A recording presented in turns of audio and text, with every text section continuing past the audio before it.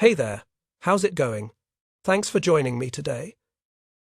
Whether you're relaxing at home, on your commute, or winding down for the evening, I'm really glad you're here. Now, I want you to picture this scene with me. It's December 17th, 1799. Snow is falling on Paris, and the city feels like it's holding its breath. The streets are filled with whispers about political upheaval, about generals plotting in shadowy corners, about a government that's barely hanging on by a thread. In a modest house somewhere in the capital, a 30-year-old artillery officer sits at a wooden desk. His name is Napoleon Bonaparte, and he's staring at two pieces of paper that will determine not just his fate, but the fate of the entire world. One is a letter offering him an incredible opportunity in the Ottoman Empire. The other is a hastily scrawled note about a conspiracy to overthrow the French government. Here's what's absolutely mind-blowing about this moment, and I mean this literally changed everything we know about our world. In our timeline, Napoleon chose to join that conspiracy. He became the most powerful man in France, then Europe, then nearly the world. But what if he'd made a different choice? What if he'd said no? I know it sounds like a simple question, but trust me, we're about to dive into one of history's most fascinating rabbit holes. Because that single decision, yes or no to a coup, created ripple effects that are still shaping your life today, more than 200 years later. So let's go back to that snowy December evening and really understand what Napoleon was facing. The France of 1799 was barely recognizable from the France we think we know. This wasn't some stable nation making careful political decisions. This was a country that had literally torn itself apart and was trying to figure out how to put the pieces back together. Think about what had happened in just the past decade. The French Revolution had started in 1789 with noble ideals about liberty and equality. But by 1799, it had devoured its own children. King Louis XVI and Queen Marie Antoinette, guillotined. Maximilien Robespierre, the architect of the Terror, guillotined. Georges Danton, the thunderous voice of revolution, AC, guillotined. The revolution had become a monster that fed on its own supporters. By the time Napoleon returned from his Egyptian campaign in October 1799, France was being governed by something called the Directory. And here's the thing about the Directory, MAR. It was probably the most ineffective government in French history, and that's saying something. 5 directors trying to run a country, constantly bickering, constantly changing, constantly failing. The economy was in ruins. Inflation was so bad that people were literally using wheelbarrows to carry enough money to buy bread. The army hadn't been paid in months. Bandits roamed the countryside because there weren't enough functioning courts to prosecute them. And here's the kicker. The Directory was so unpopular that they had to rig elections just to stay in power. Into this chaos steps our 30-year-old Corsican. Now, Napoleon at this point wasn't the Napoleon we remember from history books. He was brilliant, absolutely, but he was also broke, politically connected but not politically powerful, and nursing some serious grudges about how his career had been going. See, Napoleon had left France for Egypt partly because he was frustrated. He'd won some impressive victories in Italy, sure, but he wasn't getting the recognition he thought he deserved. The Directory saw him as useful but dangerous, the kind of general who might get ideas above his station. So when he proposed this exotic Egyptian expedition, they were probably relieved to see him go. But here's what's fascinating. While Napoleon was away playing soldier-scholar in Egypt, studying hieroglyphics and fighting Mamluks, the political situation in Paris was getting desperate. The Directory was failing so spectacularly that even people who hated the idea of military rule were starting to think maybe a general was exactly what France needed. Enter Emmanuel Joseph Sieyès. Now, most people have never heard of Sieyès, but in 1799, he was one of the most important men in France. He was a priest who'd become a revolutionary theorist, one of the architects of the Declaration of the Rights of Man. He was also cunning, ambitious, and absolutely convinced that he could manipulate any general into being his puppet. Sieyès had a plan. He wanted to overthrow the Directory and replace it with a new constitution, one that would give more power to the educated middle class. people like himself. But he needed muscle to make it happen. He needed a general with enough prestige to give the coup legitimacy, but not so much ambition that he couldn't be controlled. His first choice was actually a general named Barthélemy Catherine Joubert. Problem was, Joubert got himself killed fighting the Austrians in August 1799. His second choice was Jean-Victor Marie Moreau, probably the most respected general in France at the time. But Moreau was cautious, maybe too cautious. He kept asking uncomfortable questions about the legality of what they were planning. Then Napoleon came back from Egypt. Now, here's where the story gets really interesting, because Napoleon's return wasn't exactly triumphant. His expedition had been a strategic disaster. The British had destroyed his fleet, stranding his army. The Ottomans were furious about the invasion. Most of his soldiers were stuck in Egypt, and Napoleon had essentially abandoned them to sneak back to France on a fast ship. Any other general might have been court-martialed, but Napoleon had two things going for him that made all the difference. First, he was a master of propaganda. The newspapers he'd brought back from Egypt painted his expedition as a glorious scientific and military adventure, not the strategic failure it actually was. Second, and this is crucial, France was losing the war in Europe so badly that even a failed general looked good compared to the alternatives. So, when Napoleon landed at Fréjus in southern France on October 9, 1799, crowds cheered him like a returning hero. By the time he reached Paris, Sieyès and his co-conspirators were practically throwing themselves at his feet. Here was their general, prestigious enough to provide legitimacy, but maybe desperate enough to be manageable. But Napoleon wasn't desperate. Not exactly. See, while Sieyès was plotting his coup, Napoleon had other options. Real options that could have changed everything. The most intriguing was a letter waiting for him from Sultan Selim III of the Ottoman Empire.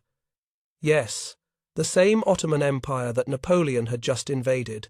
But here's the thing about international politics. Yesterday's enemy can be tomorrow's employer, especially if you're offering the right price. Sultan Selim was trying to modernize his army along European lines, and he needed European expertise. Despite the recent unpleasantness in Egypt, Napoleon's reputation as an artillery expert and tactical innovator had impressed Ottoman observers. The offer was staggering, 40,000 francs annually, a fortune by the standards of the time, to serve as chief military advisor to the Ottoman army. Think about that for a moment. Napoleon could have walked away from the chaos of French politics, taken his new wife Josephine, and started a completely different life in Constantinople. He would have been wealthy, influential, and probably safer than staying in the snake pit of French politics, and that wasn't his only option. Napoleon was, after all, a Corsican. The island of Corsica had only been French for 30 years when Napoleon was born. Many Corsicans, including some in Napoleon's own family, still thought of themselves as Corsican first and French second. Napoleon owned property in Corsica. He could have retired there with Josephine, maybe written memoirs about his Egyptian adventure, maybe dabbled in local politics. Corsica was far enough from the turmoil of mainland France to be relatively peaceful, but close enough to Europe to stay connected to intellectual currents. Picture that life for a second. Napoleon, the gentleman farmer, Napoleon, the retired general, Napoleon, the local notable, who sometimes travelled to Paris but was never really central to French politics again. It's not hard to imagine, is it? But here's what makes this moment so pivotal. Napoleon was Napoleon. Even at 30, he had the kind of ambition that doesn't settle for comfortable retirement or foreign employment. When Sieyès approached him about the coup, when Joseph Fouché and other conspirators whispered about the opportunity to reshape France, Napoleon saw something they didn't. They thought they were recruiting a tool. Napoleon realized he could become the master. The conspiracy they were planning wasn't particularly sophisticated. The idea was to move the government out of Paris to Saint-Cloud, supposedly for security reasons, then use that confusion to force through a new constitution. Simple, straightforward, and probably doomed to failure if attempted by civilians alone. But Napoleon brought something to the conspiracy that changed everything: tactical brilliance and the loyalty of key military units. More importantly, he understood something about power that the civilian conspirators didn't. In a revolution, the person who controls the soldiers usually ends up controlling everything else. On November 9, 1799, 18 Brumaire by the revolutionary calendar, the coup began. And here's where we see Napoleon's genius in action. While Sieyès and the other conspirators were making speeches and arguing about constitutional theory, Napoleon was quietly positioning his most trusted officers in key locations around Paris. The coup almost failed anyway. When the conspirators tried to convince the Council of 500 to dissolve itself voluntarily, the legislators did what politicians do. They started shouting and demanding explanations. Some of them even physically attacked Napoleon when he entered their chamber to address them. For a moment, everything balanced on a knife's edge. The soldiers outside could hear the commotion, but weren't sure what was happening. If they'd decided that Napoleon was being attacked by legitimate representatives of the French people, they might have arrested him instead of helping him. But Napoleon's brother Lucien was president of the council, and he made a split-second decision that changed history. He told the soldiers that royalist conspirators were trying to assassinate Napoleon with hidden daggers.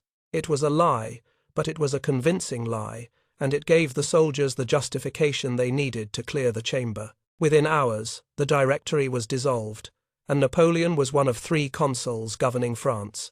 Within months, he was first consul, with nearly dictatorial powers. Within 5 years, he was Emperor of the French. But here's what keeps historians awake at night, It didn't have to happen that way. Right up until November 9th, Napoleon could have walked away. Even after the coup succeeded, there was nothing inevitable about his rise to absolute power. Other generals had staged coups in French history. Most of them ended up executed or exiled when the political winds shifted. Napoleon succeeded because he combined military genius with political cunning, because he understood how to use both fear and hope to motivate people, and because he was willing to take risks that would have terrified more cautious men. But what if he'd been just slightly more cautious?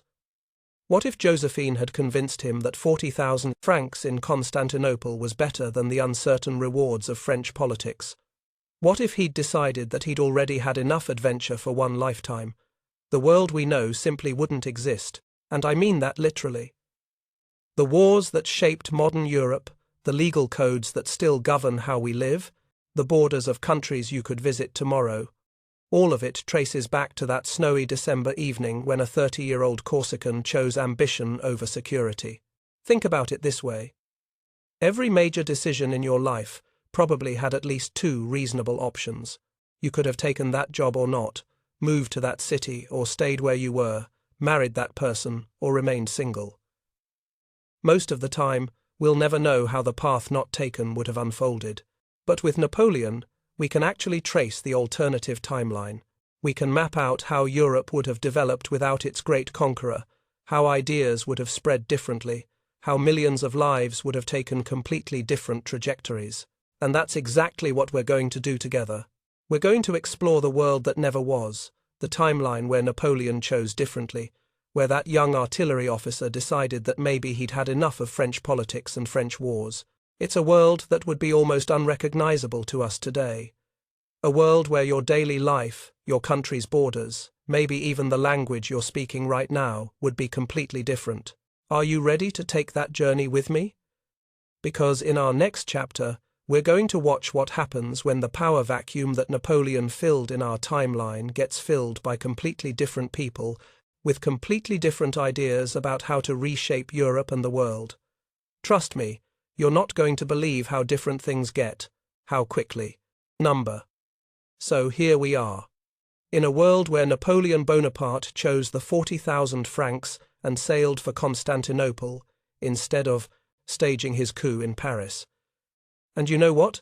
The immediate aftermath isn't chaos, it's actually kind of anticlimactic. Because here's the thing about power vacuums. They don't stay empty. They get filled, but sometimes by the most unexpected people. Picture this.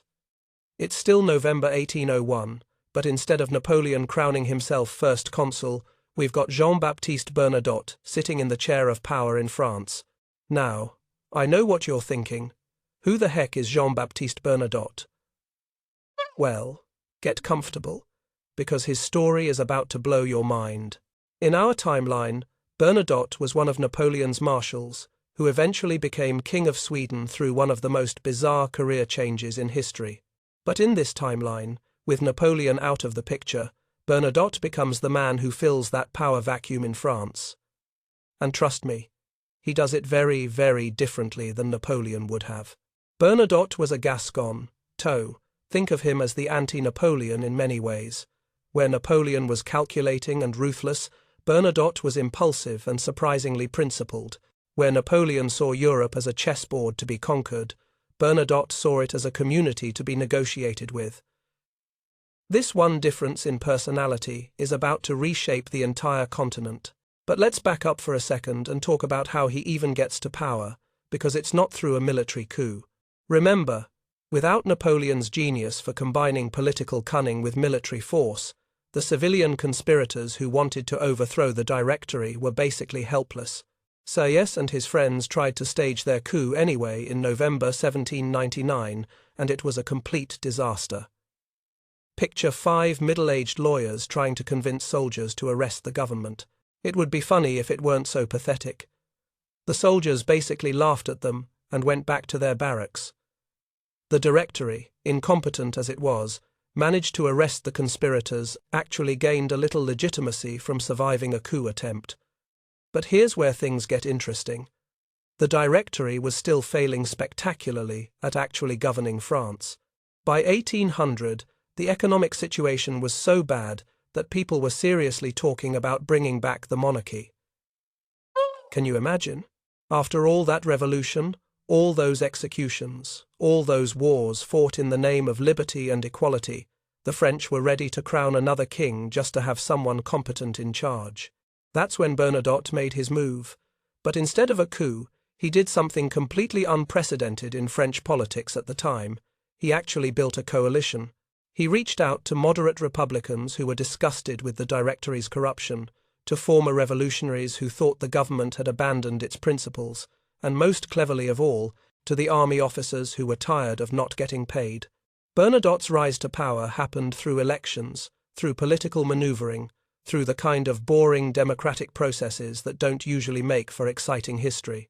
By 1801, he was first consul of France, but he got there by promising to restore the Republic, not by threatening to destroy it. And here's where the butterfly effects really start to multiply, because Bernadotte's France develops along completely different lines than Napoleon's France would have. First off, there's no continental system. You know, that economic blockade that Napoleon used to try to strangle British trade? Well, Bernadotte actually likes trade. He's from Gascony, a region that made its money through commerce, and he understands that cutting off trade hurts everyone involved. Instead of economic warfare, Bernadotte's France pursues what we might recognize today as free trade agreements. This changes everything about how European economics develop. British goods keep flowing to the continent, but so do French goods to Britain. Instead of the economic nationalism that defined the Napoleonic era, we get early economic integration. By 1805, there are French investors funding British factories and British investors funding French vineyards. It's like the European Union, but 200 years early and without all the bureaucracy. But here's what really gets wild, to Tentai's. Without Napoleon's constant wars, Europe has to figure out what to do with all these generals and soldiers who suddenly don't have anyone to fight, and the answer they come up with is absolutely fascinating. The German states, still fragmented into hundreds of tiny principalities, start using their military officers as civil engineers. Instead of planning battles, these guys are planning roads, canals, and early railroad lines. The technical expertise that would have gone into moving armies around Europe gets redirected into moving goods and people. By 1810, there's a functioning transportation network connecting Hamburg to Vienna to Naples that makes commerce flow like never before. And here's the kicker. Because no one's getting conquered and having foreign systems imposed on them, each region develops its own solutions. The Germans perfect precision manufacturing, the Italians revolutionize banking and credit, the British focus on industrial innovation. Instead of one dominant power imposing its will on everyone else, you've got a continent of specialists trading with each other.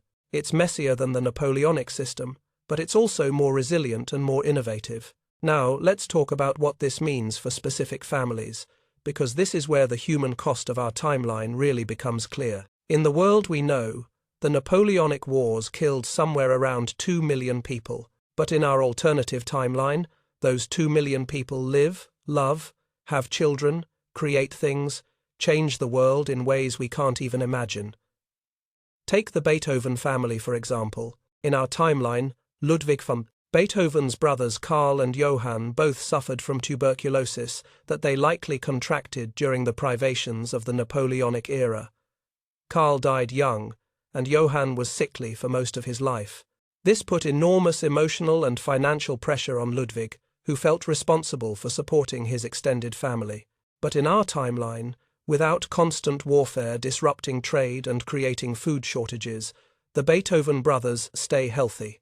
Karl becomes a successful music publisher. Johann expands his pharmacy business across multiple German states. Ludwig still goes deaf, robust. That was probably genetic, but without the constant worry about his family, without the pressure of supporting everyone, his music develops differently. By 1815, instead of the tormented, heroic Beethoven we know from our timeline, we have a Beethoven who's more experimental, more playful.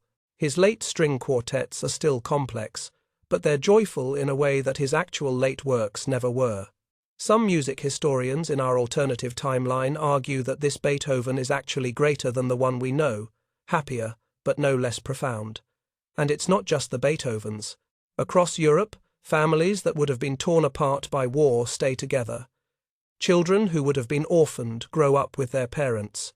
Young men who would have died on battlefields live to become scientists, artists, inventors, entrepreneurs. But here's where things get really interesting from a political perspective. Without Napoleon to serve as the great unifying enemy, the old monarchies of Europe have to figure out new ways to legitimize themselves. And what they come up with is surprisingly progressive. Take Austria, for example. The Habsburg Empire in our timeline was essentially a medieval dinosaur that Napoleon helped keep alive through opposition. But in our alternative timeline, without Napoleon to fight against, the Habsburgs actually have to modernize to compete economically, with Bernadotte's France and industrializing Britain. By 1810, Austria has the most liberal press laws in Europe, because Emperor Francis realizes that innovation requires free exchange of ideas. By 1815, the Habsburg lands have better transportation infrastructure than anywhere else on the continent, because they're trying to create a unified market that can compete with British manufacturing. The Holy Roman Empire, 2023. That 1,000-year-old ghost that Napoleon dissolved in our timeline, shambles on into the 1820s. But instead of being a medieval relic, it slowly transforms into something like a loose confederation. The hundreds of tiny German states start cooperating on trade standards, on currency, on legal codes, not because some conqueror forces them to, but because it makes economic sense. It's messier than Napoleon's top-down reorganization, but it's also more organic, more responsive to local needs and preferences. By 1820, you've got a German confederation that looks almost federal, not unified, like the German Empire that would emerge later in our timeline, but coordinated in ways that benefit everyone involved. But perhaps the most fascinating change is what happens to the French legal system. In our timeline, Napoleon created the Napoleonic Code, which became the basis for legal systems across Europe and beyond. It was brilliant, systematic, and deeply influenced by Napoleon's own authoritarian instincts. Bernadotte's legal reforms are completely different. Instead of one genius imposing a single system on everyone, you get a collaborative process involving lawyers, philosophers, and representatives from different regions of France. The result is messier but more democratic. Property rights are stronger, women's legal status is better protected, and there are more safeguards against government overreach. Here's the wild part. 1. Because Bernadotte's legal code develops through democratic processes rather than imperial decree, it doesn't get imposed on conquered territories. Instead, it spreads through influence and imitation. By 1815, Italian states are adopting modified versions of French commercial law because it makes trade easier. German principalities are borrowing French administrative innovations because they work better than their medieval systems. Instead of legal uniformity imposed by conquest, you get legal evolution driven by practical success. It takes longer, it's less systematic, but it's also more adaptable and more respectful of local traditions. Now, let's talk about what happens to the Catholic Church, because this is where some of the most surprising changes occur. In our timeline, Napoleon's Concordat with Pope Pius VII essentially made the French Catholic Church a department of the French government. It was brilliant politics, but it created tensions that lasted for decades. Bernadotte takes a completely different approach. He's personally religious but politically secular, and he understands that trying to control the church is more trouble than it's worth. Instead, he negotiates what amounts to a separation of church and state that's actually more favorable to the church than Napoleon's system was. By 1805, French priests are being paid by voluntary contributions rather than government salaries, but they're also free from government interference in religious matters. It's a system that makes both believers and skeptics happier than Napoleon's top-down solution would have. And here's where the international effects get really interesting. Because France isn't constantly at war with Austria, the traditional Catholic powers don't feel threatened by French revolutionary ideals. Instead of seeing republicanism as an existential threat, they start to see it as an interesting experiment worth watching. By 1810, you've got Austrian intellectuals traveling to France to study Bernadotte's political innovations. Prussian administrators are copying French educational reforms. Even the Pope is sending observers to see how church-state separation actually works in practice. Instead of ideas spreading through conquest and imposition, they're spreading through attraction and imitation. It's slower, but it's also less traumatic and more sustainable. But here's what might be the most important change of all: the development of what we might call early international law. In our timeline, Napoleon's constant wars made Europe into an armed camp where might made right.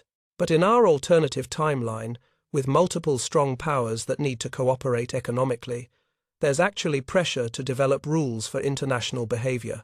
By 1815, there's a functioning system of international arbitration for trade disputes. By 1820, there are treaties governing everything from river navigation to intellectual property rights. It's like the United Nations, but organic and practical rather than idealistic and bureaucratic. The Congress of Vienna, which in our timeline was about dividing up Napoleon's empire, becomes instead a trade conference focused on reducing barriers to commerce and communication. Instead of redrawing borders through conquest, European leaders are redrawing trade routes through negotiation. And here's the thing that would absolutely blow your mind if you could see it. This alternative Europe is actually more prosperous and more innovative than the Europe Napoleon created. Because instead of one brilliant dictator making all the decisions, you've got dozens of competing centers of excellence, each trying to outdo the others through better ideas rather than bigger armies. The Industrial Revolution happens faster because there's more cross-border collaboration. Scientific discoveries spread more quickly because there's less political interference with intellectual exchange. Cultural movements like Romanticism develop more organically because they're not being shaped by the trauma of constant warfare. But there's one more change that I think is the most profound of all. In our timeline, Napoleon's example taught European leaders that popular government and military effectiveness could go together. Every major war of the 19th century was influenced by the example of citizen soldiers fighting for their nation rather than just their king. In our alternative timeline, Bernadotte's example teaches a different lesson.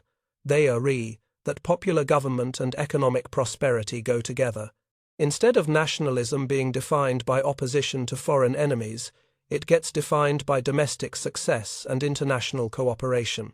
By 1820, the big questions in European politics aren't about which army is strongest, but about which economic system produces the most prosperity and which political system produces the most innovation. It's a completely different way of thinking about what government is for and how nations should relate to each other. And all of this entire alternative history of European development, traces back to one decision by one 30-year-old Corsican to take the Sultan's money and sail for Constantinople instead of staging a coup in Paris. Think about that for a second. One person's career choice reshapes an entire continent. One individual decision changes the lives of millions of people who never even heard his name. That's the power of what historians call contingency, the idea that history isn't inevitable, that small changes can have enormous consequences, that the world we live in is just one of many possible worlds that could have existed. And we're just getting started. Because in our next chapter, we're going to explore what happens when revolutionary ideas have to spread through persuasion rather than conquest, when Enlightenment thinking develops organically rather than being imposed by imperial armies. Trust me, the intellectual history of our alternative timeline is going to surprise you in ways you never imagined. Number. You know what's fascinating about ideas? In our world, we're used to them spreading instantly. Social media, 24-hour news, global communications. But imagine trying to spread a revolutionary concept across continents using nothing but handwritten letters, sailing ships, and word of mouth.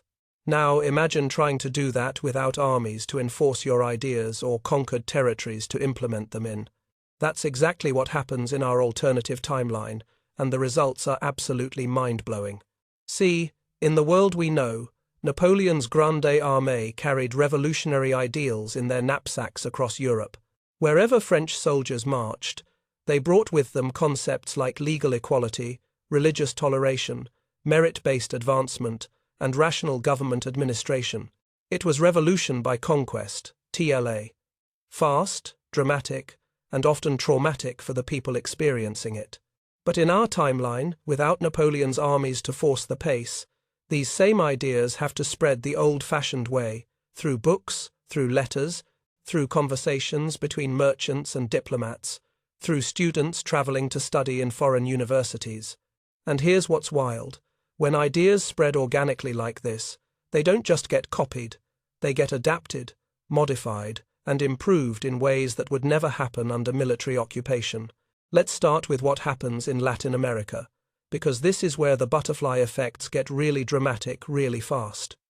In our timeline, Simón Bolívar met with Napoleonic officers during his time in Europe. These encounters fundamentally shaped his understanding of how to conduct a military campaign and how to organize a revolutionary government. Bolívar's entire strategy for Latin American independence was influenced by studying Napoleon's tactics and administrative methods. But in our alternative timeline, when Bolívar travels to Europe in 1804 and 1805, there are no Napoleonic officers to meet with. Instead, he encounters something completely different. He meets with Bernadotte's diplomatic corps, with French merchants who are making fortunes through peaceful trade, with German philosophers who are developing new theories about federalism and representative government. The Bolívar who returns to South America in 1807 has a completely different vision for independence. Instead of Napoleon's centralized military approach to revolution, he's absorbed ideas about peaceful transition, economic development, and negotiated independence. Here's where it gets really interesting.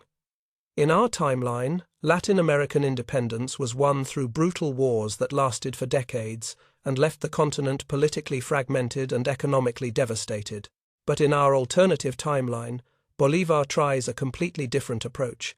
He organizes what amounts to an economic boycott of Spanish goods, combined with a diplomatic campaign for international recognition. By 1810, South American ports are refusing to handle Spanish merchandise. By 1815, Bolívar has convinced both Britain and France to formally recognize an independent South American confederation.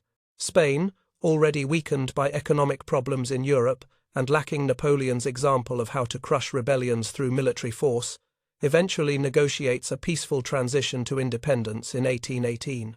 The result? Instead of the fragmented collection of weak republics that emerged from the independence wars in our timeline, you get a functioning South American federation with strong economic ties to Europe and North America. By 1825, this confederation is actually wealthier and more politically stable than Spain itself.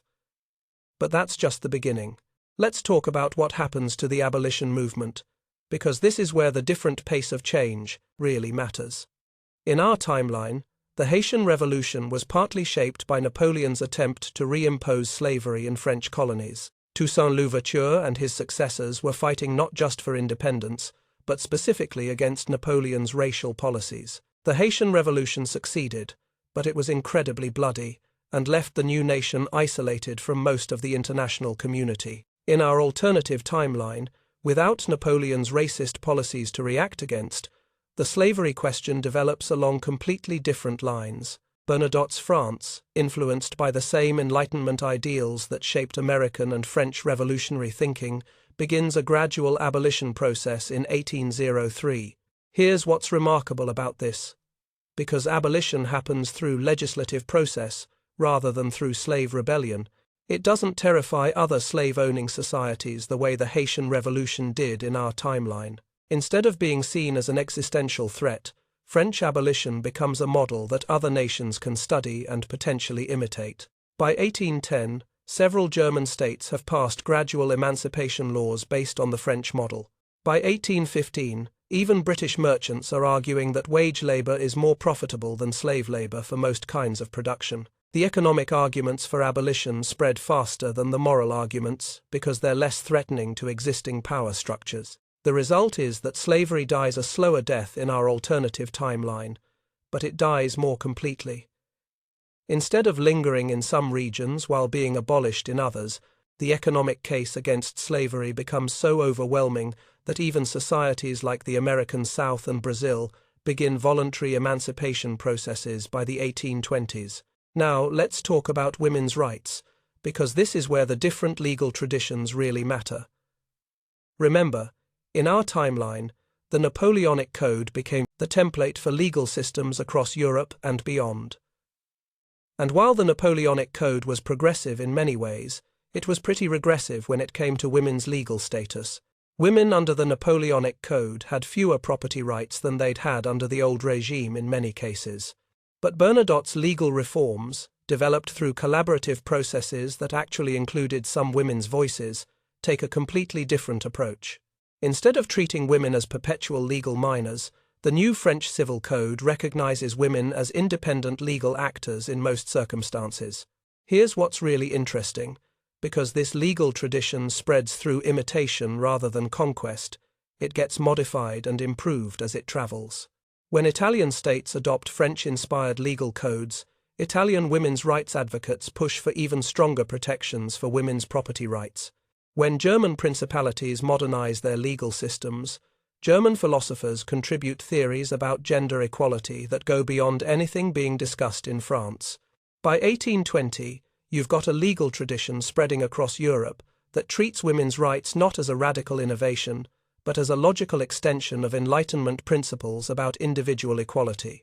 It's not perfect, women still can't vote in most places, and social attitudes change slower than legal structures, but the foundation for gender equality is being laid decades earlier than in our timeline. But perhaps the most fascinating change is what happens to the metric system. In our timeline, the metric system spread across Europe because Napoleon imposed it on conquered territories. It was efficient, rational, and backed by military force. In our alternative timeline, the metric system has to compete in the marketplace of ideas with traditional measurement systems. And here's the surprising thing: it doesn't always win. In regions where traditional systems are deeply embedded in commercial practices, the costs of conversion outweigh the benefits of standardization. The result is a patchwork of measurement systems that persists well into the 19th century. French merchants use metric measures, British merchants stick with imperial units, and German craftsmen develop their own hybrid systems that combine elements of both. It's messier than the uniform system Napoleon imposed, but it's also more responsive to local needs and preferences. By 1830, you've got specialized measurement systems that are perfectly adapted to different kinds of production: TAD, metric for scientific work, traditional systems for agriculture, hybrid systems for manufacturing. Now, let's talk about what happens to nationalism, because this is probably the most important ideological change in our alternative timeline. In our world, modern nationalism was largely shaped by resistance to Napoleon. German nationalism emerged from the desire to throw off French domination, Spanish nationalism was forged in the fight against French occupation. Russian nationalism was defined by the victory over Napoleon's invasion. But in our timeline, without Napoleon to serve as the great foreign enemy, nationalism develops along completely different lines. Instead of being defined by opposition to outsiders, it gets defined by internal achievements, eco-math, economic success, cultural flowering, technological innovation. By 1815, German nationalism isn't about resisting French domination, ATN. It's about creating a confederation that can compete economically with Britain and France. Italian nationalism isn't about throwing off foreign rule. It's about unifying the peninsula to create a single market for Italian goods and services. This creates a completely different kind of international system. Instead of nations constantly preparing for war against each other, they're constantly competing to attract the best scientists, the most innovative entrepreneurs, the most talented artists. By 1820, you've got European powers trying to poach each other's intellectuals rather than trying to conquer each other's territories. It's like the Cold War competition between the United States and Soviet Union, but focused on economic and cultural achievement rather than military dominance. But here's where things get really interesting from an intellectual history perspective. Without Napoleon's wars to dominate everyone's attention, European intellectuals focus their energies on completely different problems. Take the Romantic movement, for example. In our timeline, Romanticism was heavily influenced by the drama and trauma of the Napoleonic era. Romantic literature, music, and art were often responses to the violence and upheaval of constant warfare. In our alternative timeline, Romanticism develops as a response to industrialization and urbanization instead. Instead of glorifying war and heroic struggle, Romantic artists and writers focus on the tension between traditional rural life and modern industrial society. The result is a Romantic movement that's more focused on environmental concerns, on the preservation of traditional crafts and customs, on finding ways to humanize industrial production. By 1820, you've got Romantic philosophers developing what we might recognize today as early environmental ethics and theories about sustainable development. And this intellectual shift has practical consequences. Because Romantic thinkers are focused on the problems of industrialization rather than the drama of warfare, they contribute to technological innovations that make industrial production less destructive and more humane. By 1825, factories in the German states are experimenting with worker cooperatives inspired by Romantic theories about community and craftsmanship. British manufacturers are developing cleaner production methods influenced by Romantic concerns about environmental degradation.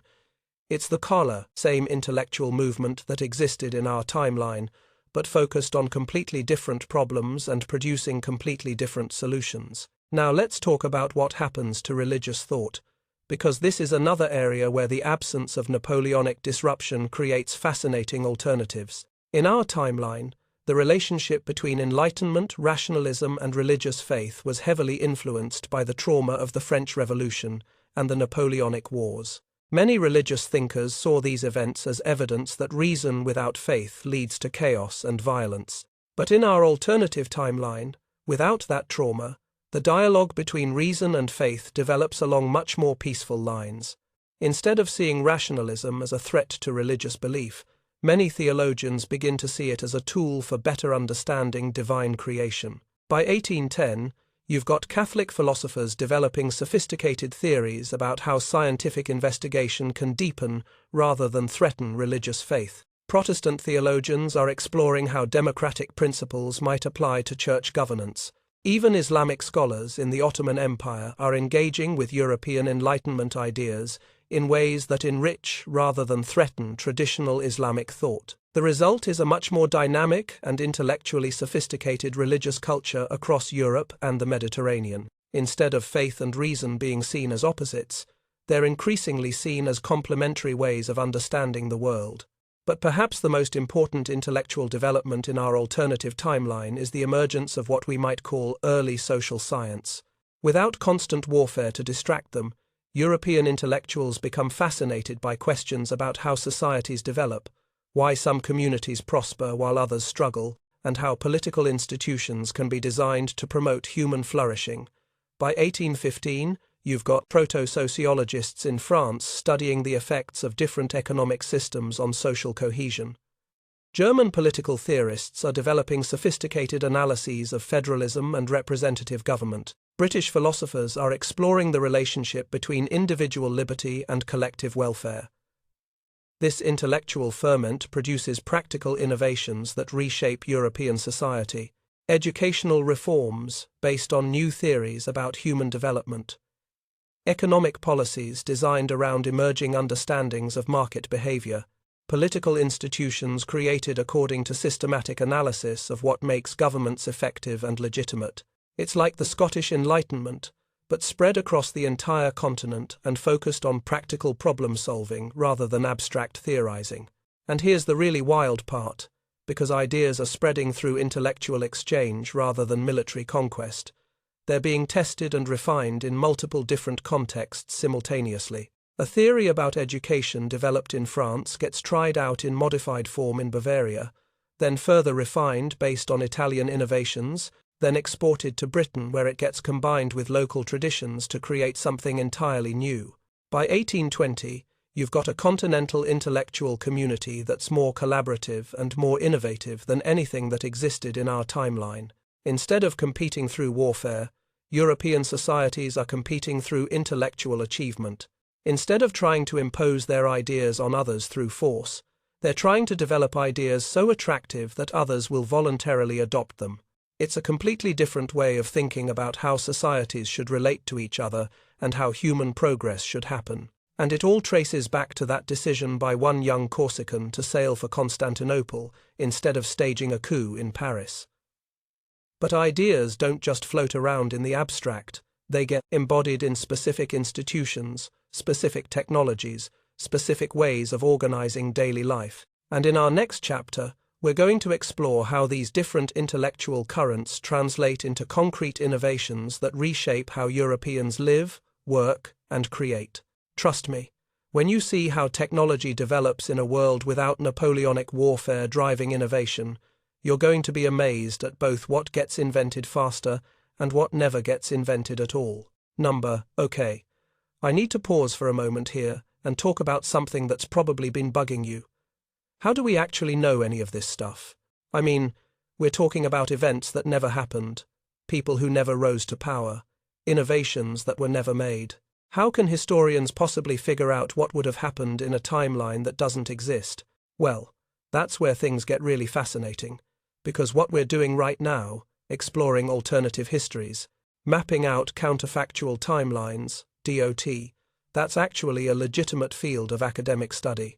And the techniques historians use to investigate what never was are every bit as rigorous and scientific as the methods they use to study what actually did happen. Let me tell you about a revolution in historical thinking that started in 1961, when a professor at Harvard named Robert Fogel published a book that changed everything. Fogel was an economic historian, and he was obsessed with a question that seemed almost impossible to answer. What would the American economy have looked like without railroads? Now, this might not sound like a world-changing question, but think about it for a second. Railroads were absolutely fundamental to American development in the 19th century. Trying to imagine America without them was like trying to imagine the ocean without water.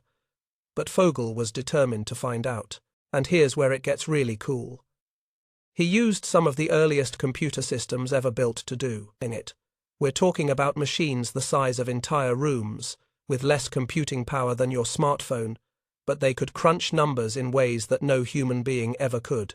Fogel spent years creating mathematical models of the American economy circa 1860. He calculated shipping costs for different transportation methods, mapped out alternative trade routes, analyzed the productivity of different industries. When he was done, he had an answer that shocked everyone. America would have been only about 3% poorer without railroads. The economy would have adapted, found other solutions, developed different strengths. This was revolutionary stuff. For the first time, a historian had used scientific methods to explore a counterfactual scenario in rigorous, quantitative detail. And Fogel's work opened the floodgates for what we now call counterfactual history or alternative history, or, if you want to get fancy about it, historiographical speculation. By the 1970s and 80s, historians were applying similar techniques to all kinds of what-if scenarios. What if the South had won the American Civil War? What if World War I had never happened? What if the Black Death had been even more devastating than it actually was? And here's where it gets really relevant to our Napoleon story. Some of the most sophisticated counterfactual analysis has been done on exactly the scenario we've been exploring. What if Napoleon had never come to power? Let me introduce you to some of the academic detectives who've been mapping our alternative timeline. First up is Niall Ferguson, a historian at Harvard who's become famous for his work on counterfactual history. Ferguson argues that historians have a professional obligation to explore alternative scenarios because understanding what didn't happen is crucial for understanding what did happen. Ferguson's approach to the Napoleon question is fascinating. He starts by identifying what he calls contingency points, moments where history could plausibly have gone in a different direction. Napoleon's decision to return from Egypt instead of staying there. The failure of other generals to successfully challenge the Directory, the specific timing of various political crises in France. Then Ferguson uses what he calls probability analysis to assess how likely different outcomes were at each contingency point. This isn't just speculation, it's based on careful analysis of similar situations throughout history, statistical analysis of political and military behavior, and sophisticated modeling of economic and social systems. Here's what Ferguson's analysis reveals. Napoleon's rise to power was actually much less inevitable than most people think. There were at least a dozen moments between 1799 and 1804 where different decisions by Napoleon or other key actors could have led to completely different outcomes. But Ferguson goes deeper than that. He uses comparative historical analysis to understand how other societies have handled similar situations. What happens when military republics face economic crisis? How do aristocratic societies adapt to democratic pressure? What are the typical patterns when traditional empires encounter modernizing forces? By studying dozens of analogous situations throughout history, Ferguson can make educated predictions about how our alternative timeline would likely have developed, and his conclusions are remarkably similar to the scenario we've been exploring. More gradual change, more economic focus, less military dominance, more collaborative international relations. But Ferguson isn't the only academic detective working on this puzzle. Let me tell you about Geoffrey Hawthorne, a sociologist at Cambridge University, who's brought game theory and chaos mathematics to the study of counterfactual history. Hawthorne's approach is even more rigorous than Ferguson's. He creates mathematical models of historical decision-making that treat historical actors as rational agents operating under specific constraints. Think of it as economics applied to the past. If Napoleon was trying to maximize his personal power and security, what were the optimal strategies available to him, and how might different information or different opportunities have changed his calculations? Hawthorne's analysis of the Napoleon scenario focuses heavily on what he calls network effects. Napoleon's rise to power wasn't just about Napoleon, it was about his relationships with other key actors, like Sieyès, Fouché, his brothers, his generals, his political allies and enemies. Using network analysis techniques borrowed from sociology and computer science, Hawthorne maps out the web of relationships that made Napoleon's coup possible.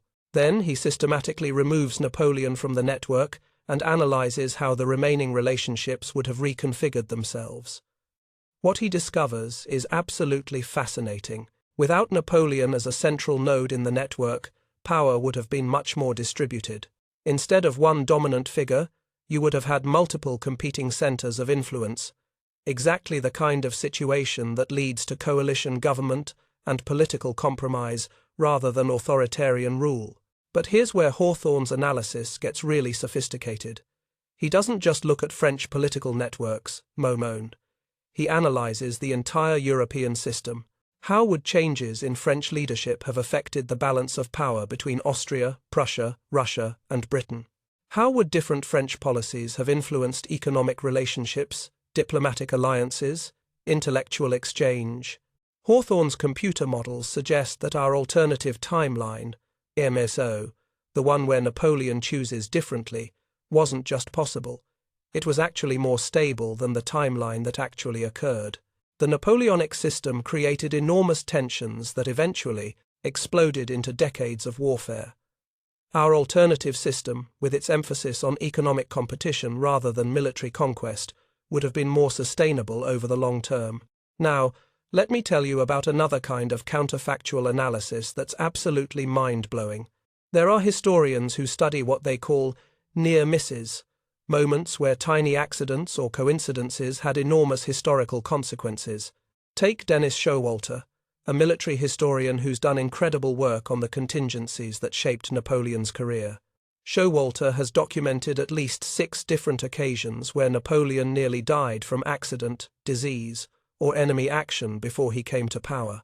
In 1793, Napoleon was almost executed as a political suspect during the Terror. In 1796, he nearly died of typhoid fever during the Italian campaign. In 1798, his ship returning from Egypt encountered a severe storm that could easily have sunk it. But here's the one that really gets historians excited. In November 1799, just days before the coup of 18 Brumaire, Napoleon was nearly killed in a duel with General Jean-Andoche Junot over a perceived insult involving Josephine. The duel was called off at the last moment when mutual friends intervened, but if it had proceeded and Napoleon had been killed or seriously wounded, the entire coup conspiracy would have collapsed. Showalter's research reveals something incredible. Napoleon's rise to power depended on an almost impossible series of lucky breaks.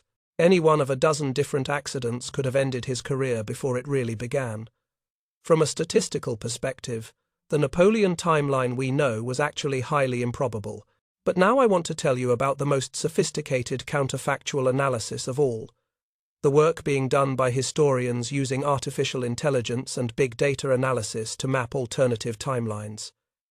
Meet Stefania Tutino at UCLA, who's part of a research team using machine learning algorithms to analyze historical patterns. Tutino's team has fed enormous amounts of historical data into computer systems that can identify patterns human historians might miss. Here's how their process works. They start with massive databases containing information about political systems, economic conditions, military capabilities, technological developments, and social structures for hundreds of different societies throughout history.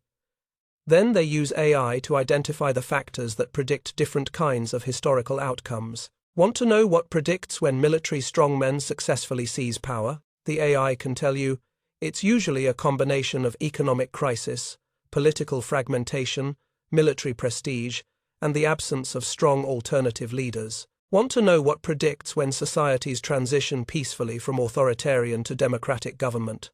The AI has patterns for that too. When Tutino's team applies their AI analysis to France in 1799, the results are startling. The conditions that allowed Napoleon to seize power were actually quite rare historically. Most societies facing similar circumstances develop coalition governments, military juntas led by multiple generals, or gradual transitions back to previous political systems. The AI analysis suggests that our alternative timeline, the Bernadotte scenario, TAPC, was actually much more probable than the Napoleon timeline. In similar historical situations, ambitious but politically moderate military leaders succeed in establishing stable governments about 60% of the time, while genius military dictators who transform entire continents succeed less than 5% of the time. But here's where the AI analysis gets really interesting. Tutino's systems can simulate how different historical changes ripple forward through time. Change one variable in 1799, and the AI can predict with reasonable accuracy what European society would look like in 1820, 1850, even 1900. And the AI predictions match up remarkably well with the scenario we've been exploring. More gradual political development, stronger economic growth, less military conflict, more international cooperation, faster spread of literacy and education, slower but more thorough social reforms. Now, I know what some of you might be thinking. This all sounds very scientific and sophisticated, but how can we really trust computer models and statistical analysis when we're talking about something as complex and unpredictable as human history? That's a fair question, and it's one that counterfactual historians take very seriously. They've developed what they call robustness testing to make sure their alternative scenarios are plausible. Here's how it works. Let's say you've developed a theory about how Europe would have developed without Napoleon. To test that theory, you look for other historical cases where similar changes occurred. Did other societies that avoided military dictatorship develop along similar lines? Do other examples of economic integration produce similar political effects? Take our hypothesis that without Napoleon, European economic integration would have happened earlier and more peacefully. To test this, historians look at cases like the German Zollverein, a customs union that facilitated German economic integration in the early 1800s, or the development of trade relationships between British and American merchants after the American Revolution, or the way commercial networks facilitated political cooperation in medieval Italy. When you study multiple examples of economic integration leading to political cooperation, patterns emerge. The effects we've been predicting for our alternative Europe actually match what happened in other times and places when similar conditions existed. But robustness testing goes beyond just looking for analogous cases. Historians also use what they call sensitivity analysis. They deliberately try to break their own theories by changing key assumptions and seeing what happens. For example, what if our alternative timeline had faced a major economic crisis around 1810? Would Bernadotte's coalition government have survived, or would it have collapsed into dictatorship like so many other democratic experiments? What if Britain had tried to dominate European trade more aggressively? What if a major natural disaster had disrupted the gradual political evolution we've been describing? When historians run these stress tests on our alternative timeline, they find that it's actually quite resilient. The distributed power structure, the emphasis on economic cooperation, the gradual pace of political change, e.a., all of these features make the system more stable under pressure, not less stable. But perhaps the most compelling evidence for our alternative timeline comes from studying Napoleon himself. Remember, we're not just speculating about what Europe would have been like without Napoleon. We're exploring what would have happened if Napoleon had made different personal choices. And here's where biographical analysis becomes crucial. What do we know about Napoleon's personality, his motivations, his decision-making patterns? Is it plausible that he might have chosen differently in 1799? This is where historians like Andrew Roberts and Adam Zamoyski have done incredible work. Their psychological profiles of Napoleon reveal a man who was much more conflicted about power than popular mythology suggests. Napoleon wasn't some inevitable conqueror driven by pure ambition. He was actually quite cautious in many situations, very concerned about his personal security, and genuinely interested in alternatives to military solutions when they were available. The idea that he might have chosen the Ottoman offer over the risky coup attempt isn't far-fetched at all. It's completely consistent with his demonstrated decision-making patterns. Roberts has documented at least a dozen instances where Napoleon chose the safer, more conservative option when faced with major decisions. Zamoyski has shown how Napoleon's letters reveal genuine uncertainty about whether political power was worth the personal costs it involved. In other words, the choice we've been exploring, Napoleon sailing for Constantinople instead of staging a coup, isn't just historically possible.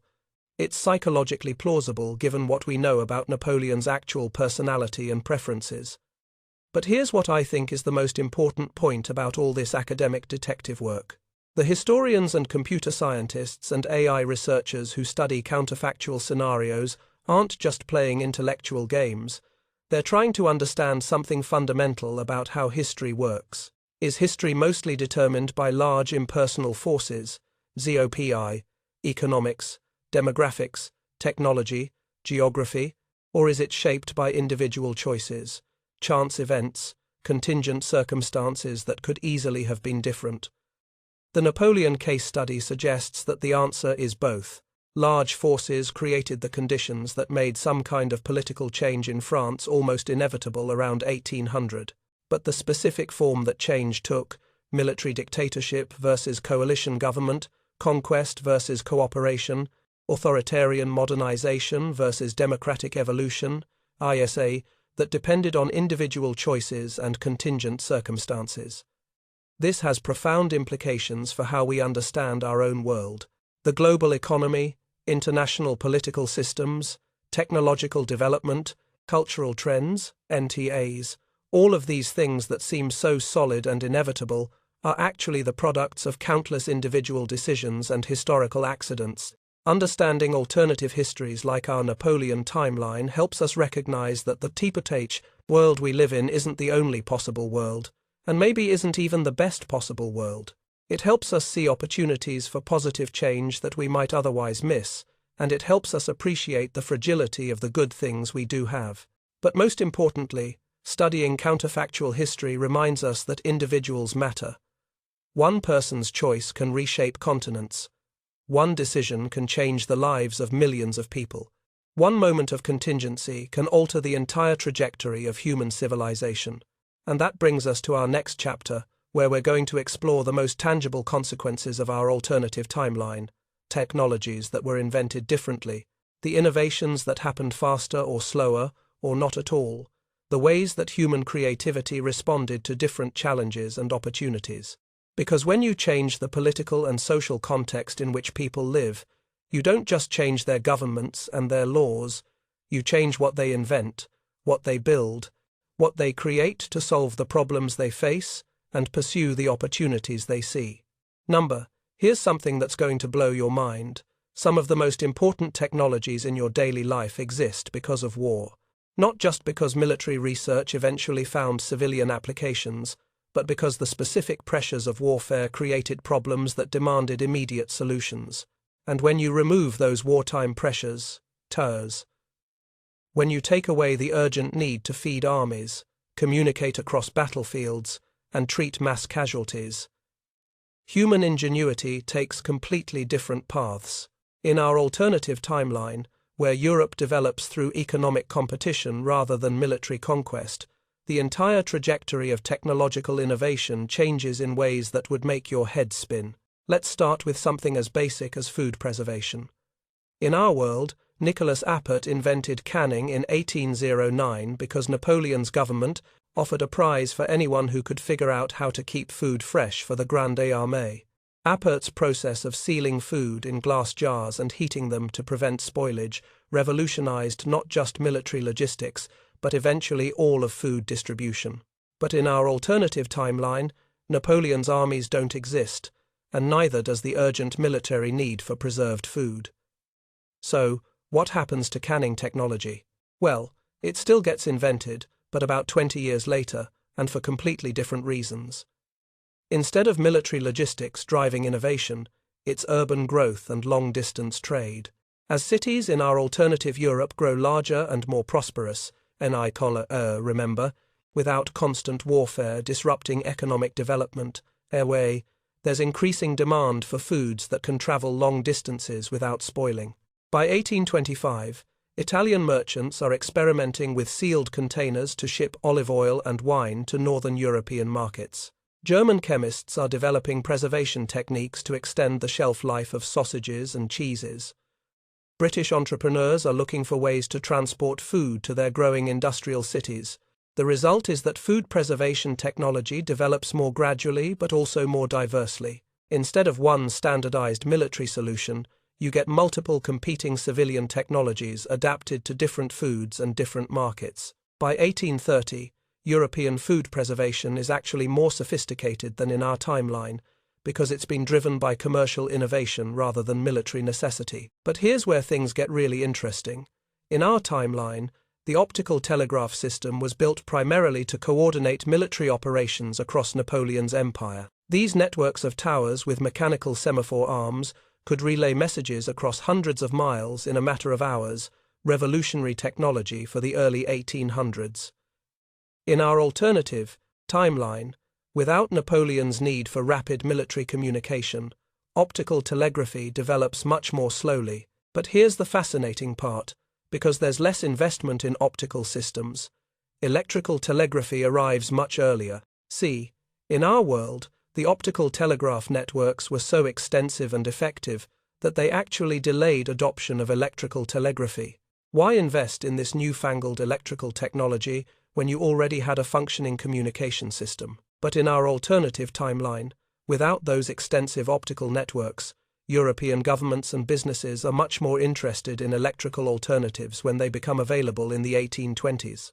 By 1830, there are electrical telegraph lines connecting major commercial centers across Europe, about 15 years earlier than in our timeline. This earlier adoption of electrical communication has cascading effects throughout the economy. Financial markets become more integrated more quickly. Commercial information travels faster. Scientific discoveries spread more rapidly between universities and research centers. But perhaps the most surprising technological change in our alternative timeline involves medicine, and specifically the development of what we might call emergency medical care. In our world, Baron Dominique Jean Larrey became known as the father of battlefield medicine because of his innovations in treating wounded soldiers during the Napoleonic Wars. Larrey invented the system of medical triage, PHA, prioritizing patients based on the urgency of their conditions, and developed techniques for rapid surgery under battlefield conditions. These innovations, born from the horrific necessity of treating thousands of wounded soldiers, eventually revolutionized civilian medicine. Modern emergency rooms, ambulance services, trauma surgery, SA, all of these trace back to battlefield medicine developed during the Napoleonic era. But in our alternative timeline, without those massive battles producing thousands of casualties, battlefield medicine never develops. So how does emergency medical care evolve? Well, it takes a completely different path, driven by the hazards of industrial development rather than military conflict. As our alternative Europe industrializes more rapidly, remember, without warfare diverting resources, there's more investment in productive economic activity. Industrial accidents become a major medical challenge. By 1820, textile mills, iron foundries, and early railroad construction are producing new kinds of injuries that traditional medicine isn't equipped to handle. Industrial physicians begin developing systematic approaches to treating crush injuries, burns, and toxic exposures. The result is that medical emergency care develops more gradually, but also more comprehensively than in our timeline. Instead of being focused primarily on traumatic injuries like battlefield medicine was, it addresses a broader range of medical emergencies. By 1830, European industrial cities have medical systems that are actually more sophisticated than the military medical systems of our timeline. But here's a change that might be the most poignant of all: the story of Louis Braille and the development of reading systems for the blind. In our timeline, Louis Braille was inspired to develop his tactile reading system partly because his father had been blinded in an accident while making leather goods for Napoleon's army. The personal tragedy of his father's blindness motivated young Louis to dedicate his life to helping blind people read and write. In our alternative timeline, without Napoleon's armies creating demand for military leather goods, that specific accident never happens. Louis Braille's father remains sighted, and the 15-year-old Louis never experiences the personal motivation that led him to revolutionize education for the blind. Does this mean blind people in our alternative timeline never get an effective reading system? Actually, no, but it develops very differently. Instead of one brilliant young man creating a unified system, tactile reading develops through collaborative efforts across multiple European institutions for the blind. Schools in Paris, Vienna, and London independently develop different approaches to tactile communication. By 1830, there are actually several competing systems for blind readers, each with its own advantages and disadvantages. The result is more diversity but less standardization in tactile reading systems. Blind people in our alternative timeline have more options but also face more confusion about which system to learn. It's a classic example of how removing one individual's contribution changes not just the specific innovation, but the entire social process around that innovation. Now, let's talk about what happens to transportation technology, because this is where the different pace of development really matters. In our timeline, road building was heavily influenced by military needs. Napoleon's engineers built roads designed to move armies quickly across difficult terrain. These military roads became the foundation for civilian transportation networks throughout the 19th century. In our alternative timeline, Without Napoleon's military road building, transportation infrastructure develops more organically in response to commercial needs. Instead of straight roads designed for rapid troop movement, you get networks optimized for moving goods between markets. The result is actually more efficient civilian transportation, but less impressive engineering. Our alternative European roads wind around obstacles rather than cutting through them, follow river valleys rather than crossing them, connect commercial centers rather than strategic military positions. But here's where it gets really interesting: the different approach to road building effects. The development of railroads. In our timeline, early railroads often followed the routes of military roads, inheriting their emphasis on directness and their disregard for construction costs. In our alternative timeline, when railroads begin to be built in the 1820s, they follow the routes of commercial roads, which means they're more sensitive to economic considerations. Railroad builders in our alternative timeline are more focused on serving existing commercial networks than on creating new transportation corridors. The result is that railroad networks develop more gradually but also more sustainably. Instead of ambitious projects that strain government budgets, you get incremental expansion driven by demonstrated commercial demand. By 1840, our alternative Europe has more railroad mileage per capita than our timeline, but it was built more cheaply and serves commercial needs more effectively. But perhaps the most fascinating technological divergence involves what we might call precision manufacturing. In our timeline, the development of interchangeable parts and precision tooling was heavily influenced by military needs. Two whys. Specifically, the need to mass-produce weapons and military equipment. In our alternative timeline, without the pressure of arms manufacturing, precision technology develops in response to civilian demand for high-quality consumer goods. German craftsmen, instead of being conscripted into military production, focus their skills on making precision instruments, clockwork mechanisms, and fine metalwork for commercial markets. By 1820, German workshops are producing measuring instruments, mechanical calculators, and precision tools that are actually superior to military equipment from our timeline. The focus on quality rather than quantity, on durability rather than rapid production, leads to technological innovations that our timeline wouldn't see for decades. This has cascading effects throughout European manufacturing. More precise tools enable more sophisticated products. Better measuring instruments facilitate scientific research. Higher quality mechanical components make possible innovations in textiles, agriculture, and early industrial machinery. But here's what might be the most important technological change of all: the development of what we might call information technology. In our timeline, the pressure of military administration drove innovations in record-keeping, data processing, and organizational systems. Napoleon's bureaucracy had to track soldiers, supplies, and logistics across a continental empire, which created demand for systematic approaches to managing large amounts of information. In our alternative timeline, without military bureaucracy driving innovation, information management develops in response to commercial needs. Banks need to track financial transactions across multiple countries. Trading companies need to coordinate supply chains across continents. Manufacturing enterprises need to manage increasingly complex production processes. The result is that European businesses develop sophisticated information systems earlier than governments do in our timeline. By 1820, major commercial firms have accounting systems, inventory management procedures, and communication protocols that are actually more advanced than military systems from our timeline. But here's the really wild part. Because information technology is developing in a commercial context rather than a military one, it's more focused on efficiency and cost-effectiveness than on security and control. Commercial information systems in our alternative timeline are designed to facilitate trade and cooperation, not to maintain secrecy and hierarchy. This creates a completely different culture around information.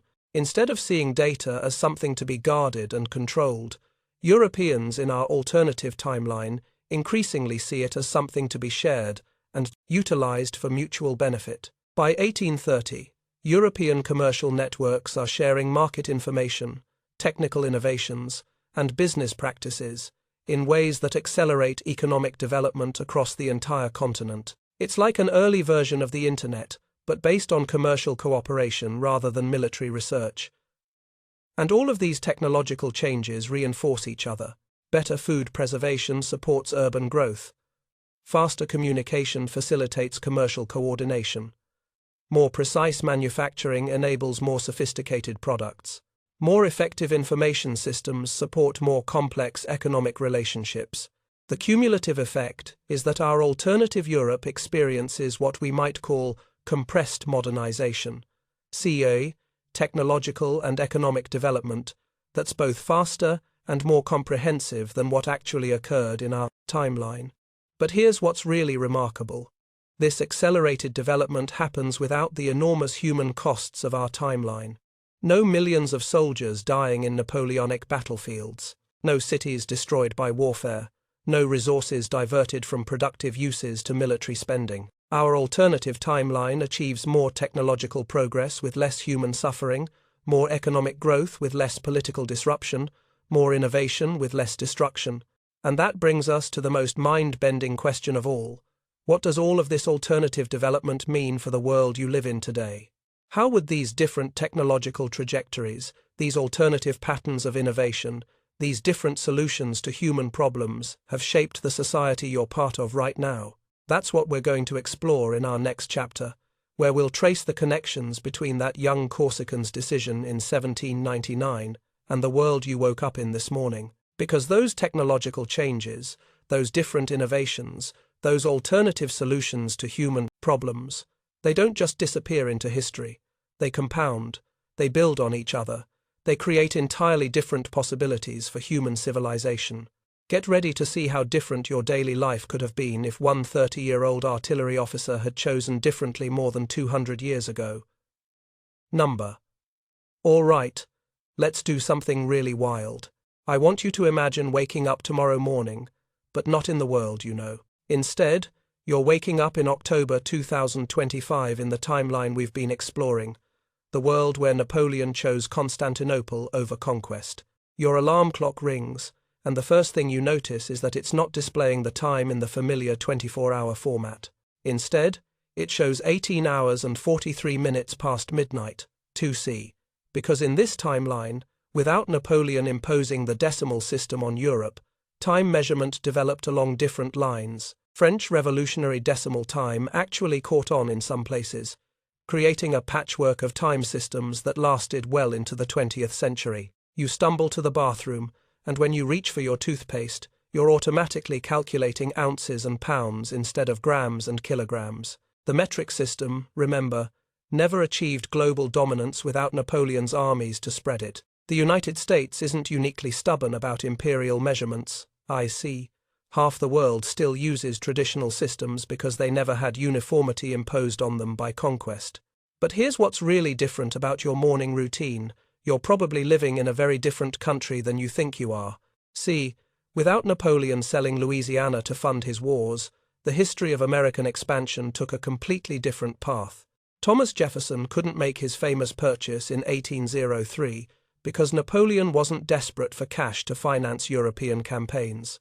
Instead, the Louisiana Territory remained under French control, administered not by an emperor, but by Bernadotte's Republic. By 1820, when American settlers started moving west in large numbers, they encountered not weak Spanish colonies, but a functioning French administrative system backed by European commercial networks. The result? Instead of manifest destiny sweeping across the continent, American expansion happened through negotiation, purchase, and gradual settlement. The United States of 2025 in our timeline includes the original 13 states, plus territory extending roughly to the Mississippi River. Everything west of that, from New Orleans to California, from Texas to Oregon, Haiti developed as separate nations with strong ties to Europe rather than being absorbed into an expanding American republic. You might be living in the Republic of Louisiana, with its capital at New Orleans and its unique blend of French administrative traditions, Spanish cultural influences, and American commercial energy.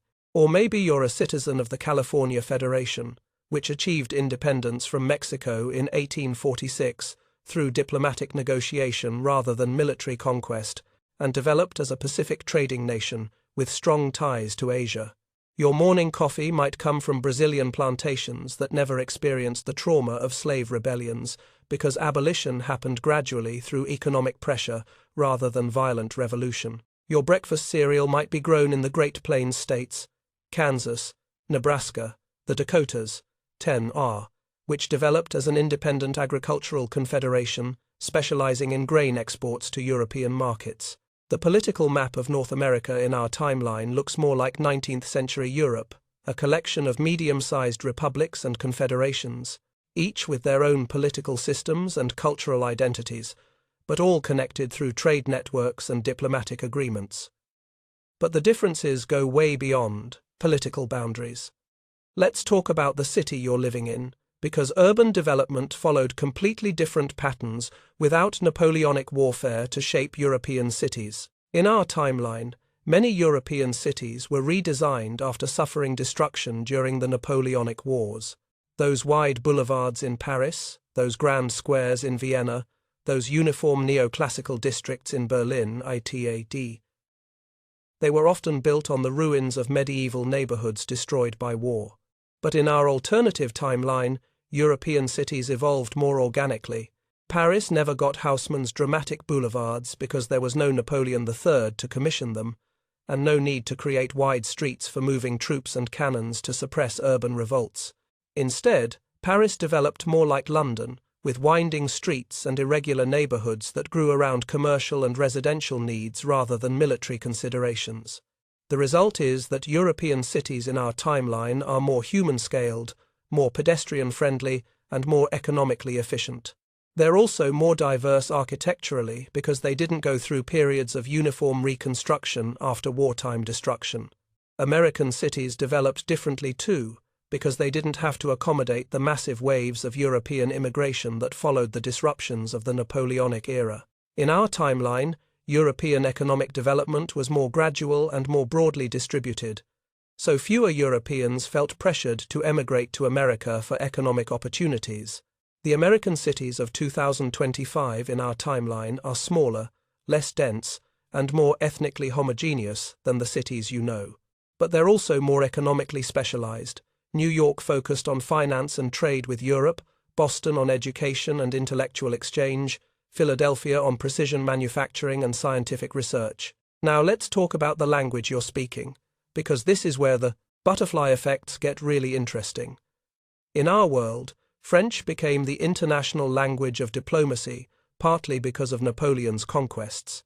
English became the global language of commerce, partly because Britain filled the power vacuum left by Napoleon's defeat. But in our alternative timeline, with no Napoleonic disruption and more balanced European development, no single language achieved complete dominance. You might be trilingual as a matter of course, speaking your local language at home, French for international business, and German for scientific and technical communication. Or maybe you've grown up speaking one of the Creole languages that developed in major trading cities where multiple linguistic communities interacted regularly. The internet in our timeline probably developed initially in German rather than English, because German states led in precision manufacturing and technical innovation throughout the 19th century. Social media platforms might have French names because French commercial law provided the most favorable environment for early joint stock companies. But here's what might be the most profound difference of all: the legal system you live under. Remember, the Napoleonic Code became the foundation for legal systems across much of the world through conquest and colonial influence. But in our timeline, legal development happened through evolution and imitation rather than imposition. You're probably living under a legal system that gives women much stronger property rights than our timeline, because the collaborative legal reforms of the early 1800s included women's voices in ways that Napoleon's top-down system never did.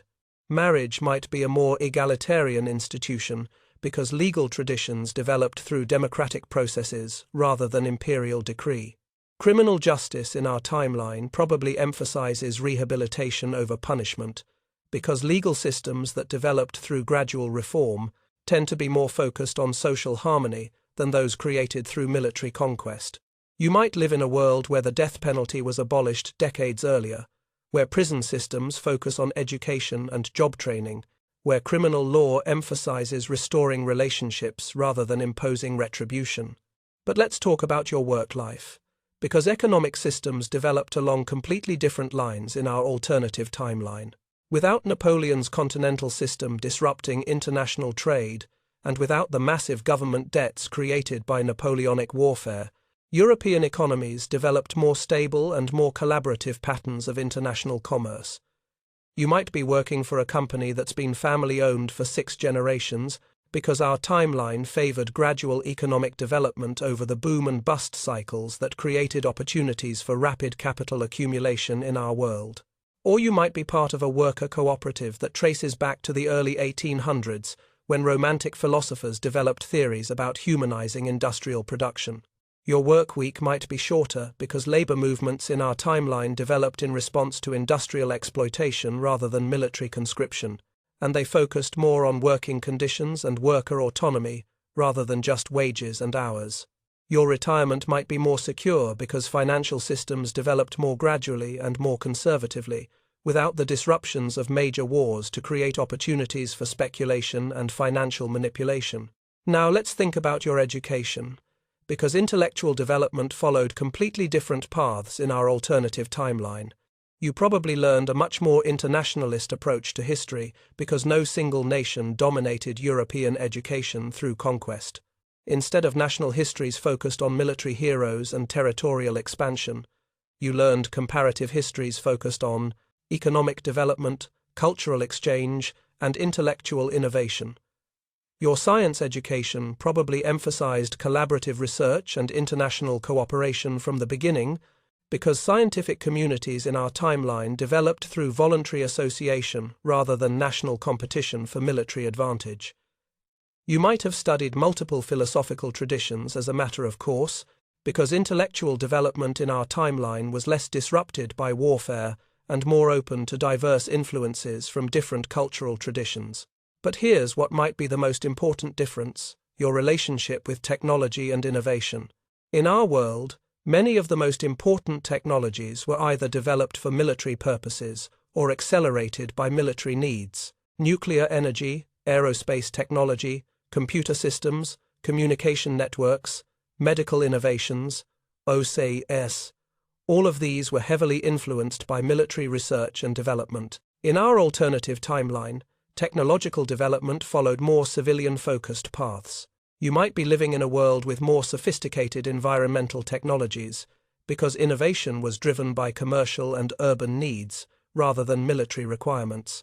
Energy systems might be more decentralized and sustainable, because they developed to serve local economic needs rather than power industrial war machines. Transportation systems might be more efficient and less resource-intensive because they were designed for commercial efficiency rather than military mobility. Communication technologies might be more focused on facilitating cooperation and exchange rather than maintaining security and control. Your relationship with your government probably feels more collaborative and less adversarial, because political systems in our timeline developed through gradual democratic evolution rather than through the cycles of revolution and reaction that characterized our world. You might take for granted a level of international cooperation that seems utopian to people in our timeline, because your world never experienced the trauma of total war or the Cold War divisions that shaped our international system. But here's the really wild part: you probably take all of these differences completely for granted. To you, living in the timeline where Napoleon chose Constantinople, our timeline would seem like a nightmare of unnecessary conflict, inefficient resource allocation, and missed opportunities for human cooperation. You might read about the Napoleonic Wars the way we read about the 30 Years' War, UA, as a historical curiosity from a more barbaric age, something that happened because people hadn't yet figured out better ways to resolve international disputes. The idea that Europe spent the early 1800s in constant warfare, that millions of people died in battles that accomplished little beyond rearranging political boundaries, that enormous resources were wasted on military spending instead of being invested in education, infrastructure, and innovation, AIS. All of that would seem as remote and irrational to you as religious wars seem to us. But maybe the most profound difference is in your assumptions about human nature and social possibility. People in our timeline live with the historical knowledge that civilization is fragile, that democratic institutions can collapse, that international cooperation can break down into devastating conflict. We've seen what humans are capable of at their worst, and it makes us cautious about expecting too much from social and political institutions. But people in your alternative timeline have a different historical experience. Your ancestors experienced 2 centuries of gradual progress, international cooperation, collaborative problem-solving, and peaceful resolution of conflicts that might have led to war in our timeline. You probably have a much more optimistic view of human nature and social possibility. You take for granted that international disputes can be resolved through negotiation, that economic competition can be managed without military conflict, that technological innovation can serve human welfare rather than destructive purposes. And here's the thing, you're probably right. Your timeline demonstrates that the darker aspects of our history weren't inevitable, that humans are capable of much better solutions to collective problems when they're not trapped in cycles of fear and retaliation. Your world is living proof that Napoleon's choice to seek power through military conquest, rather than accepting a comfortable position in Ottoman service, was one of the most costly individual decisions in human history. But it also raises the most profound question of all, SPIA. If history is really this contingent, if individual choices can have such enormous consequences, what does that mean for the choices we're making right now? That's what we're going to explore in our final chapter, where we'll think about what the lesson of the Corsican who chose differently can teach us about our own moment in history, our own decisions, our own potential to create ripple effects that might reshape the world in ways we can't even imagine. So, here we are, at the end of our journey through the timeline that never was. We've followed the ripple effects of one 30-year-old artillery officer's decision from that snowy December evening in 1799, all the way to your hypothetical morning in October 2025. And I hope by now you're feeling a little dizzy from thinking about how different everything could have been. But before we wrap up, I want to step back and think about what this whole exercise really means. Because we haven't just been playing an elaborate game of historical what-if. We've been exploring something much more fundamental about how the world works, about how individual choices interact with historical forces, about how the future emerges from the intersection of human agency and contingent circumstances. And the lesson we've discovered is both exhilarating and terrifying. History balances on individual moments of choice. Let me give you some examples from our own timeline that are just as dramatic as Napoleon's decision. In 1862, a Confederate courier dropped a package of cigars wrapped in a copy of Robert E. Lee's battle plans before the Battle of Antietam. A Union soldier found those plans, and the intelligence allowed the Union Army to position itself advantageously for the battle. Antietam became a crucial Union victory that convinced European powers not to recognize Confederate independence and gave Abraham Lincoln the political cover to issue the Emancipation Proclamation. Think about that for a second. If that Confederate soldier had been more careful with his cigars, the American Civil War might have ended very differently. The Confederacy might have gained international recognition, slavery might have persisted for decades longer, the United States might have split permanently into 2 nations, all because of a carelessly dropped cigar wrapper. Or consider this. In 1914, Archduke Franz Ferdinand's driver took a wrong turn in Sarajevo. The planned route for the Archduke's visit had been published in advance, and the security arrangements were based on that route. But when the driver made his mistake and had to stop the car to turn around, he put Franz Ferdinand directly in front of Gavrilo Princip, the assassin who had given up hope of finding an opportunity to shoot the Archduke. If the driver had followed the correct route, World War I might never have happened. The Ottoman Empire might have survived and modernized gradually. The Russian Revolution might not have occurred. The entire 20th century might have unfolded along completely different lines, all because of one wrong turn on a Sarajevo street. Or here's one that's even more recent. In 1968, a young computer programmer named Ray Tomlinson was working on a way to send messages between computers on the ARPANET, the precursor to the Internet. He needed a symbol to separate the user name from the computer name in email addresses, and he chose the @ symbol simply because it was available on his keyboard and wasn't being used for anything else in computer programming. That casual choice of one symbol created the template for every email address that's ever been written. It shaped how billions of people communicate every day. It became one of the most recognizable symbols in human history, all because one programmer picked a symbol that was conveniently available on his keyboard. These aren't isolated examples. History is full of moments like this, tiny decisions that create enormous consequences, individual choices that reshape entire civilizations, chance events that alter the trajectory of human development. But here's what I think is the most important insight from our exploration of the Napoleon timeline. These moments of contingency aren't just historical curiosities. They're happening around us all the time. Right now, today, people are making decisions that will ripple forward through time in ways they can't possibly imagine. Think about your own life for a moment. That job you almost didn't apply for. That person you almost didn't talk to at a party.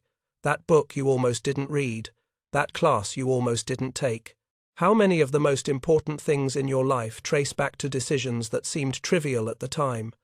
And if individual choices can have such enormous consequences in personal life, what about collective choices? What about the decisions being made right now by political leaders, business executives, scientists, artists, educators, activists? We're living through our own moment of historical contingency. The choices being made today about climate change, artificial intelligence, global economics, international cooperation, social justice, ATA. These decisions will shape the world for centuries to come, just like Napoleon's decisions shaped Europe for centuries after 1799. But here's what gives me hope. Our exploration of the alternative timeline shows that when people make choices based on cooperation rather than domination, on long-term thinking rather than short-term advantage, on inclusive prosperity rather than zero-sum competition, the results are better for everyone. Bernadotte's Europe wasn't perfect, no human society ever is. But it was more prosperous, more peaceful, more innovative, and more just than the Europe that actually emerged from the Napoleonic era. The gradual democratic evolution of our alternative timeline produced better outcomes than the cycles of revolution and reaction that characterized our actual history. This suggests that the choices we're making right now, the path we're choosing for the 21st century, could lead to outcomes that are dramatically better than what we might expect based on past experience. But it also suggests that we need to think more carefully about the long-term consequences of our decisions. Napoleon probably didn't imagine that his choice to stage a coup would eventually lead to the deaths of millions of people across Europe. The Confederate soldier who dropped those battle plans probably didn't think about how his carelessness might affect the future of slavery in America. Franz Ferdinand's driver probably didn't consider how one wrong turn might trigger a global war. Similarly, the decisions we're making today about technology, economics, politics, and society will have consequences that extend far beyond what we can currently imagine. The question is whether we can learn to make those decisions with better awareness of their potential long-term effects. This is where studying counterfactual history becomes more than just an academic exercise. Understanding how different choices could have led to different outcomes helps us recognize the choices we're facing right now and think more carefully about which direction we want to go. For example, our exploration of the alternative timeline suggests that international cooperation tends to produce better outcomes than international competition, that gradual democratic evolution tends to be more stable than revolutionary change, that economic systems focused on broad-based prosperity tend to be more innovative than those focused on concentrated wealth. These aren't just historical observations, they're insights that could inform the choices we're making right now about how to respond to global challenges like climate change, economic inequality, and technological disruption. But perhaps the most important lesson from the Napoleon timeline is this: individual agency matters more than we usually think. We live in an age that often emphasizes large impersonal forces, technological trends, technologic cycles, demographic changes, environmental pressures, and these forces are real and important. But our exploration of the alternative timeline shows that individual choices can redirect even the largest historical forces in unexpected directions. Napoleon wasn't a god or a force of nature. He was a 30-year-old guy trying to figure out what to do with his life. His choice to pursue power rather than security set in motion a chain of events that reshaped the world. But he could just as easily have chosen differently, and the world would have developed along completely different lines. This means that each of us has more potential influence on the future than we might realize, not because we're all going to become world historical figures like Napoleon, but because we're all making choices that interact with other people's choices in complex ways that can amplify individual decisions into collective outcomes. The scientist who chooses to focus on renewable energy rather than fossil fuel technology. The entrepreneur who chooses to build a business around cooperation rather than competition. The teacher who chooses to emphasize critical thinking rather than rote memorization. The voter who chooses candidates based on long-term vision rather than short-term promises. The parent who chooses to raise children with empathy and global awareness rather than fear and tribal identity. All of these individual choices, multiplied across millions of people, shape the trajectory of human civilization, just as surely as Napoleon's choice shaped European development. And here's what gives me the most hope. Unlike Napoleon, we have the benefit of historical perspective. We can see how individual choices have shaped the past, and we can use that knowledge to make better choices about the future. We know that cooperation tends to produce better outcomes than conflict.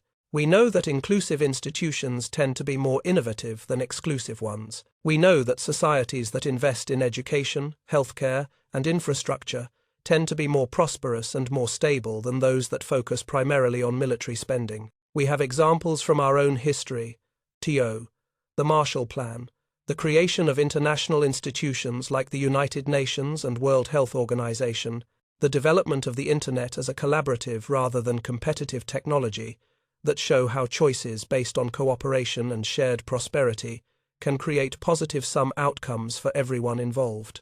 But we also have examples of how choices based on fear, competition, and zero-sum thinking can create enormous human costs.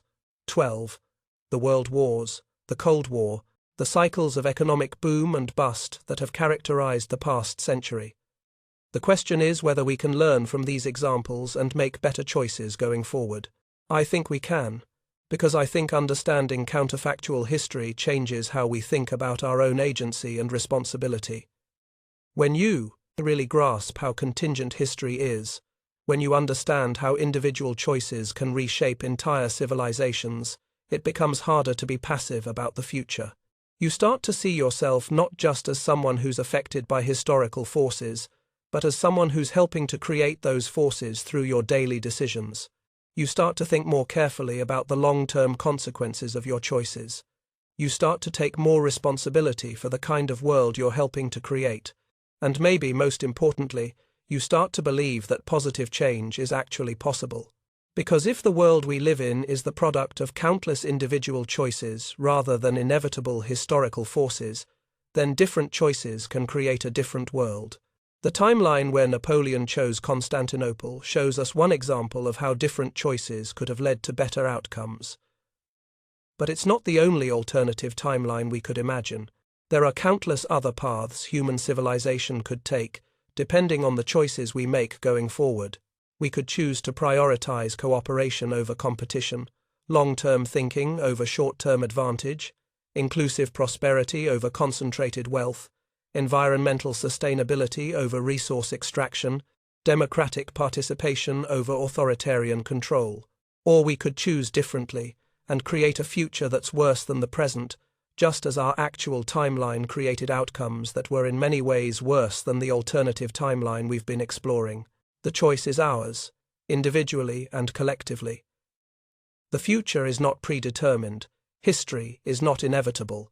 The world our children and grandchildren inherit will be shaped by the decisions we make today, just as our world was shaped by Napoleon's decision on that snowy December evening more than 200 years ago. So the next time you're facing a significant choice, whether it's about your career, your relationships, your political engagement, your consumption patterns, your community involvement. Remember the lesson of the Corsican who chose differently. Remember that individual choices matter more than we usually think. Remember that small decisions can have enormous consequences. Remember that the future emerges from the intersection of human agency and contingent circumstances. And remember that you have more power to shape that future than you might realize.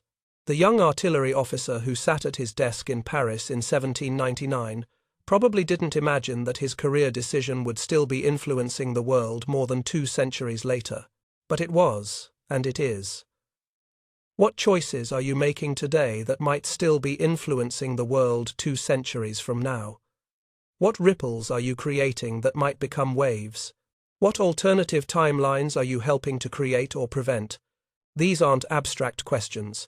They're the most practical questions you can ask, because the answers will determine what kind of world we collectively create going forward.